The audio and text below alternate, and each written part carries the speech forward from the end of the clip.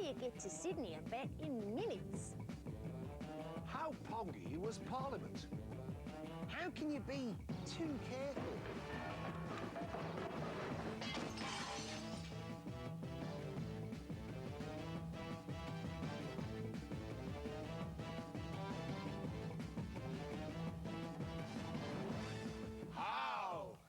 How do you do the hazelnut high jump? The hazelnut high jump. Hazelnut bounces off a tree, bounces on the ground, jumps in the air, high jump. Nah, Wrong. You're talking about athletics, aren't you? Something to do with the Fosbury flop. Yes. So you're in the right Hazelnut area high jump. here, Gail. It is a high jump, how, right? You've got a high jump in front of you and a hazelnut. The challenge is to get that hazelnut over the high jump without touching it, but by using any of the objects in front of you, the chopstick, the boxing glove and the upside-down glass. Well, I'd use the boxing glove and I'd terrorise it nut into jumping. Jump, know what I mean, Harry? No, that's going to break your hand and the table. Won't do it, Fred. Absolutely Just did. useless, Dinenage. I reckon you use the chopstick. If you hit that at the right angle with Yes. enough force... Enough. No, No. not even Stephen Hendry could do it that way. The answer is to use the upside-down glass. Watch this. You put the glass over the hazelnut and you start to spin the glass. Yes. The hazelnut sticks to the inside of the Yes. glass and you lift it over there. And Yeah. that's how you do the hazelnut high jump. Can I ask you something? Yeah. What of the boxing Oh, glove? yeah, and the chopstick, any use at all? Absolutely nothing to do with it whatsoever. Thank you, Jones. How do you get to Sydney and back in minutes? Sydney, Australia, in minutes. Concorde? Well, Concorde's pretty quick, but it'd still take you about 11 hours. No, the best way to get to Sydney and back in minutes is via the direct route. Right, OK, here we have a hole in the ground. All I need now is a fall guy. Oh, Gareth, just the man. Oh, and you're wearing a crash helmet. Good. Do us a favour, just jump down that hole for us. Righto. Now, this hole actually goes all the way through the centre of the Earth and comes out somewhere around Sydney, Australia.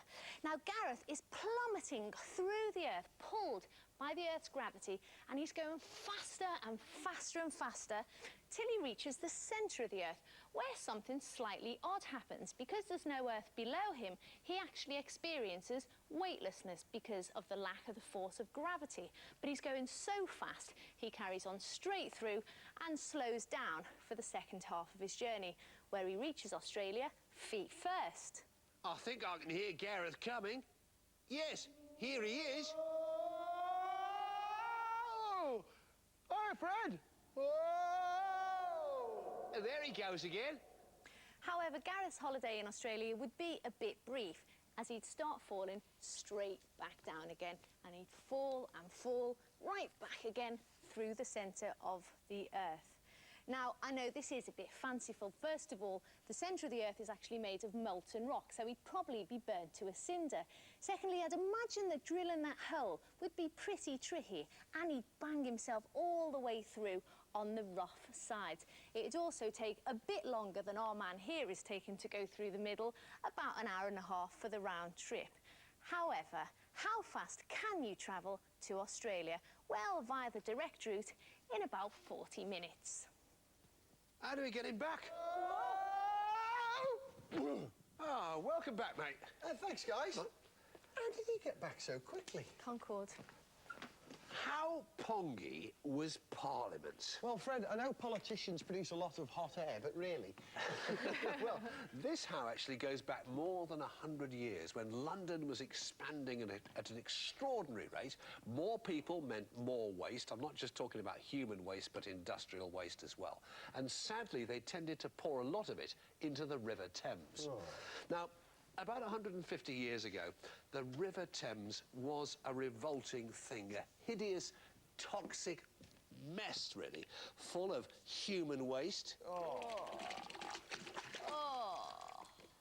animal blood, and other things as well, the odd animal in there as well, plus some real toxic effluents from the factories, and maybe, sadly, the odd human body as well. Now, the ones who suffered most of all were the East Enders, because they were living downstream of all this lot. So you can imagine the Victorian equivalent of Frank and Peggy at the Queen Vic saying, "Craw, blimey, me old Dutch, it done half pen and ink." which is Cockney rhyming slang for, I say, darling, it's a bit smelly, isn't it? Things came to a head in a particularly hot summer in 1858, and the ones who suffered most then were the MPs sitting in the Palace of Westminster right alongside the Thames.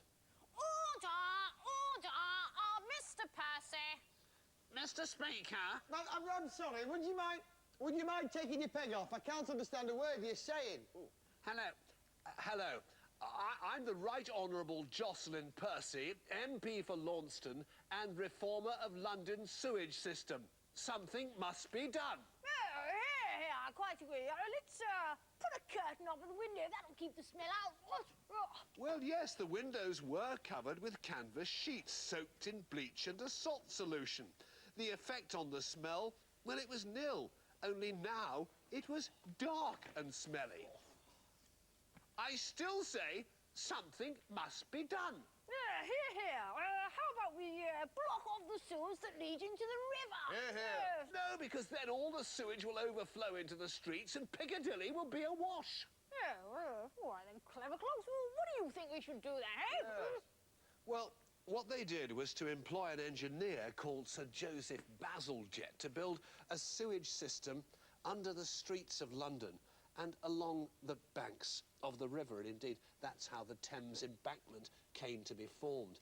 And he built miles and miles of underground tunnels under the city, which took away all the waste outside the city limits to a processing plant where the waste was more or less satisfactorily disposed of.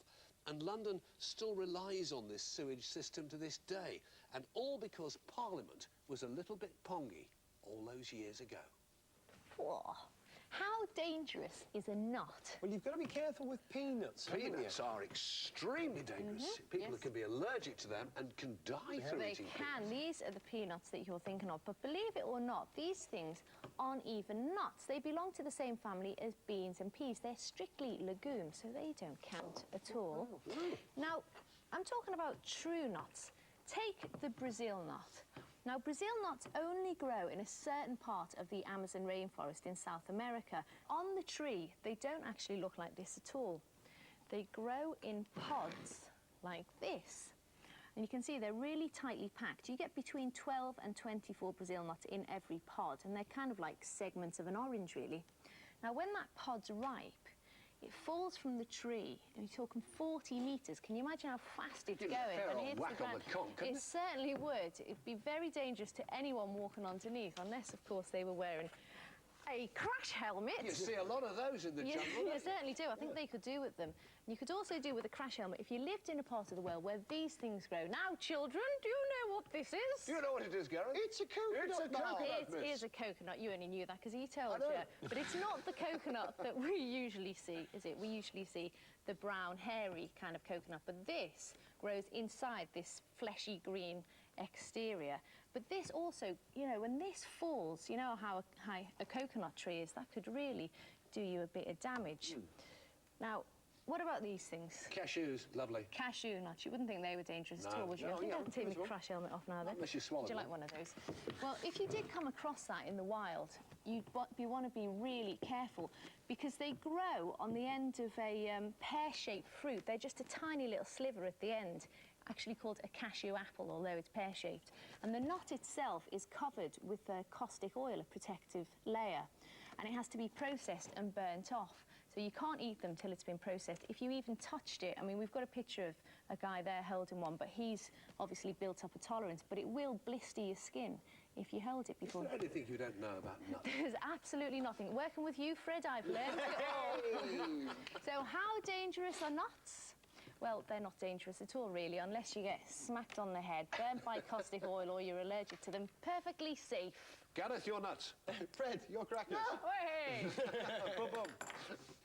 How can you be too careful? You can never be too careful, Gareth. You Absolutely. should know that. Actually, I beg to differ. You can be too careful.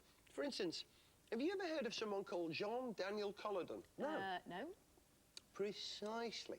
In order for you guys to hear who this person is, you'll need to join me in a scientific laboratory in Geneva, Switzerland, 1825. In 1825, newfangled electricity was all the rage, and scientists all over Europe were trying to better understand the relationship between electricity and magnetism. 5 years earlier, a Danish bloke had done this experiment. He passed an electric charge through a cable and used that charge to move a magnet. What he'd done was to create magnetism using electricity. But could you do it the other way? Could you create electricity using magnets? Loads of scientists had a go at this, but no one managed to get the right result. And along came a Swiss scientist, Jean-Daniel Colladon. Hello, I am Jean-Daniel Colladon.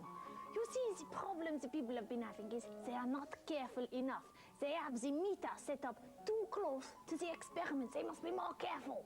So Colladon very carefully set up his meter and connected it equally carefully via 2 wires to his experiment carefully set up in another room. It was a simple experiment. Simply move a magnet near a coil of wire to see if you get electricity generated.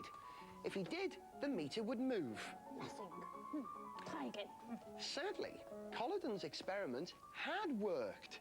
But as he was so careful, and like the other scientists of the time, he hadn't realised that the magnet needed to be moving to get a reading, he just wasn't going to see his meter move. Still nothing. If he'd been less careful, he would have seen his meter move. It was in 1831 that Faraday did a similar experiment and got a reading, only because he was a lot less careful. Faraday went on to be enormously famous, and Colladon didn't. So, how can you be too careful? Well, Colladon was so careful, no one's ever heard of him. Sad, really. How can you make a straw fly? A straw fly? Is Yes. this one of your origami challenges, Fred? No. I can make you a fly out of straw. No, Watch. I don't Good at want these to sort of fly things. out a straw. How can you make a straw fly? An ordinary straw fly through the air with the greatest of ease. I can show you how, and it's so simple, even you two can do it, Cool, must okay? be easy. You need a couple of strips of paper, Right. 1 2 centimetres wide and 20 centimetres long, okay? Yep. Yeah. Fold it into a hoop Yeah. and tape the ends together. Easy so Can far. manage With me that. so far? Yeah, yeah, Okay. got it. Just now about, you'll need yeah. another piece of paper, 1 centimetre wide and 15 centimetres long, and Okey-dokey. you will fold that into a hoop. Done it. And tape the ends together. Okay, so far? Okay, so far? Yeah. Now you'll tape the hoops, one either end of a straw. Oh, right, okay, yeah. So you've got something that will look precisely like that. Oh, not yet, I haven't. And all you do is fly it, because you see the hoop should act exactly like the wings of a paper No plane. way. And it should fly beautifully. Here's how.